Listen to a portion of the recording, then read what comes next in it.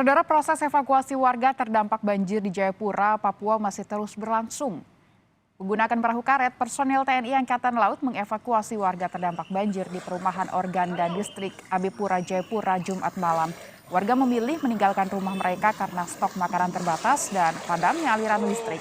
Sementara saat ini ketinggian banjir di kawasan perumahan Organda masih berkisar antara 40 hingga 100 cm.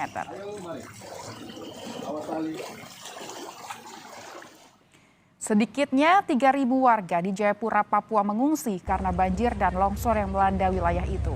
Warga yang mengungsi berasal dari beberapa lokasi, diantaranya Pasar Yutefa, Perumahan Organda, wilayah Entrop, dan distrik Jayapura Utara. Wakil Wali Kota Jayapura, Rustan Saru, menyatakan pemerintah kota telah membangun posko pengungsian sementara dan menyiapkan tenaga medis untuk warga terdampak.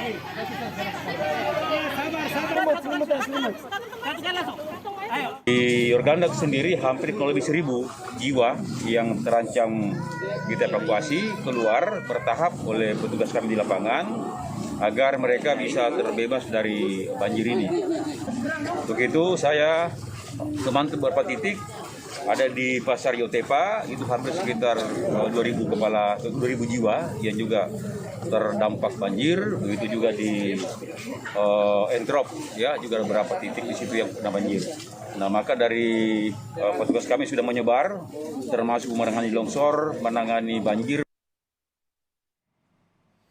Hujan deras yang mengguyur kota Jayapura sejak Kamis malam hingga Jumat pagi juga mengakibatkan longsor di beberapa titik. Akibat longsor, 7 orang dilaporkan meninggal dunia tertimbun material longsor.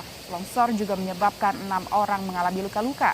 Seluruh korban meninggal sudah dievakuasi ke RSUD Jayapura dan RS Bayangkara.